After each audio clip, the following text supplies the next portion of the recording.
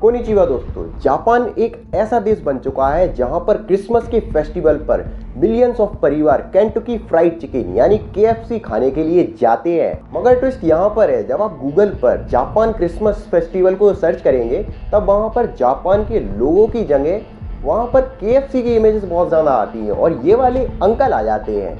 और वहीं अगर हम इंडिया या फिर किसी और कंट्री के बारे में क्रिसमस डाल के सर्च करें तो वहाँ पर उस देश के लोग और उस देश का कल्चर भी साथ में आता है। पर जापान में ऐसा नहीं है। ऐसा क्यों?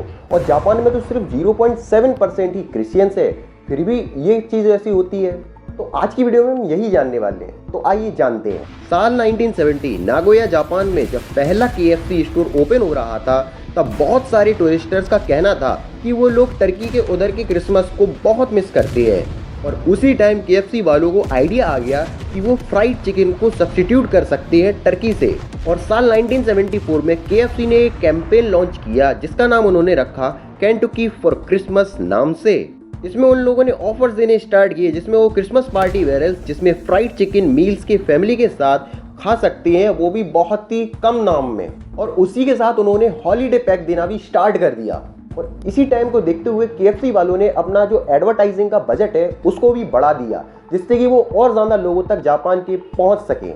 और इधर ही नहीं, केएफसी वालों ने कलर ब्रांडिंग भी करना शुरू कर दिया जापान में। अगर आप नोटिस करें तो जापान के झंडे में और केएफसी में दो चीज़ें बहुत सिमिलर है, एक वाइट और रेड कलर, जिससे लोग केएफसी जब भी सुनते थे उन्हें दिमाग में क्रिसमस और क्रिसमस सुनते ही केएफसी सडनली स्ट्राइक करने लगा।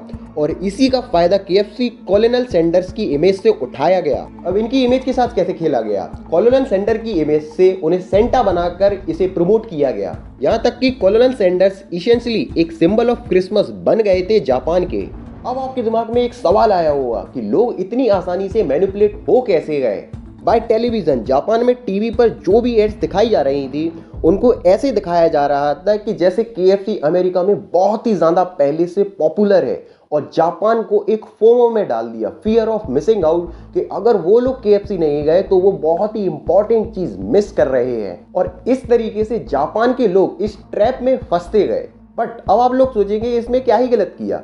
गलती यहाँ पर हुई कि अमेरिका में केएफसी इतना पॉपुलर है नहीं और जो भी एड्स दिखाई जा रही थी वो सब झूठ दिखाया जा रहा था जापान के लोगों को कि अमेरिका में एक कल्ट है केएफसी। और इसी ट्रैप में जापान बार बार फंसता जा रहा था। और ऐसे ऐसे करते जापान में क्रिसमस के टाइम अगर आपको केएफसी के अंदर ऑर्डर करना है तो आपको 1-2 हफ्ते पहले से ऑर्डर प्लेस करना होगा जिससे कि आप अपनी फैमिली के साथ क्रिसमस में केएफसी के अंदर चिकन खा सके। अब लोगों को क्रिसमस पर क्रिसमस नहीं बल्कि एक साथ पूरी फैमिली हो ये ज्यादा इंपॉर्टेंट लगने लगा था। एट दी एंड जो ये आइडिया केएफसी के पास लेकर आया था, कुछ सालों में वो केएफसी जापान का ही सीईओ बन गया। बट आज वो इस चीज से खुश बिल्कुल भी नहीं है क्योंकि उसे ऐसा लगता है कि उसने लोगों के साथ झूठ बोला कि केएफसी यूएस का एक ट्रेडिशन है। That's why I always say money cannot buy you happiness if you had made money by buying fake happiness. धन्यवाद।